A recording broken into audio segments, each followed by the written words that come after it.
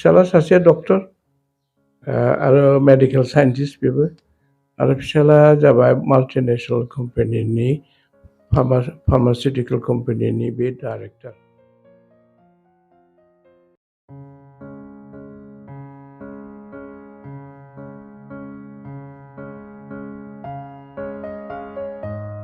आंनि न'खराव आंनि मिसेस दङ, आंनि फिसाला सानै दं, फिसाजो सानै दं।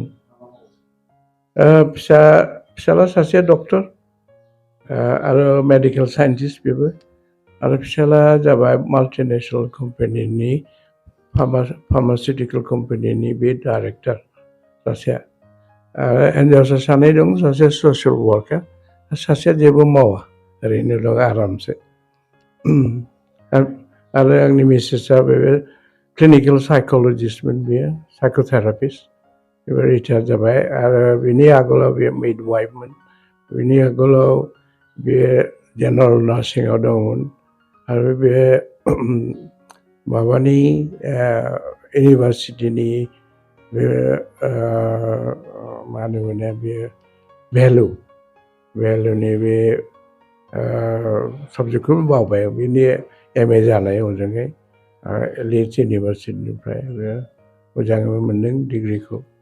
बेनि उनाव सासेल' फिसामोन बे बिमा बिफानि। बे उन्दै बैसोआवनो हाबा जानायबो जोंनि समाजाव जेंना दङ।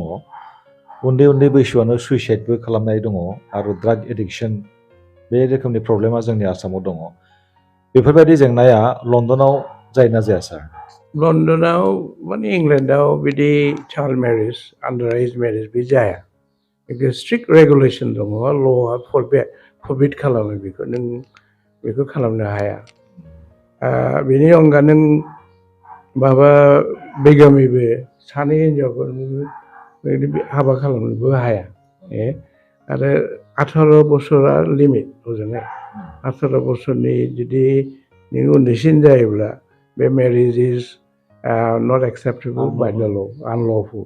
बेखौ बिदि खालामबा नोंखौ जाय खालामनो बेखौ एरेस्ट खालामगोन, एरेस्ट खालामनानै बेखौ जेलाव सोगोन आरो बेयो। सुइसाइडआ प्रब्लेमा आं ओरैहाय ओजोंहाय फैनानै जि नुबाय, बिराद दुखु मोनो आं।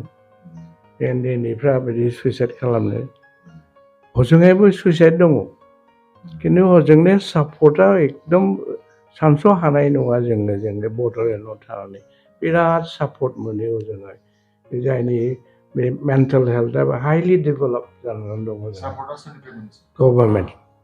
गभर्नमेन्टनिफ्राय मोनो, बेवहाय स्पेसियलिस्ट दङ, साइक'लजिस्ट दङ, बेनिफ्राय साइकियाट्रिस्ट दङ।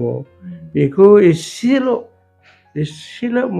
बोरैबा मोन्दांथि मोनबानो बेखौ बे ससियेल वार्कार, साइक'लजिस्टआ फैनानै बेखौ नायफैगोन, नायनानै बे ट्रिटमेन्टखौ हजोंहाय आराम्भ खालामो। ओजोंहायथ' बिदि गैया, बिराद दुखुनि खोथा। बेसेबां जि दुखु मोनो बे उन्दैया, रावनावबो थांनानै बिनि सहाय बिनो हाया।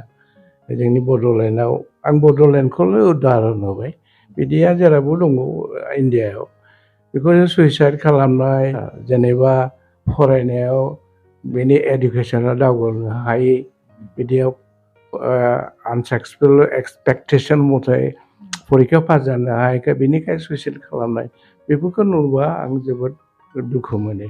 बेहा बिराद माने बे मोनसे डिपार्टमेन्ट, मोनसे ससियेलनि मोनसे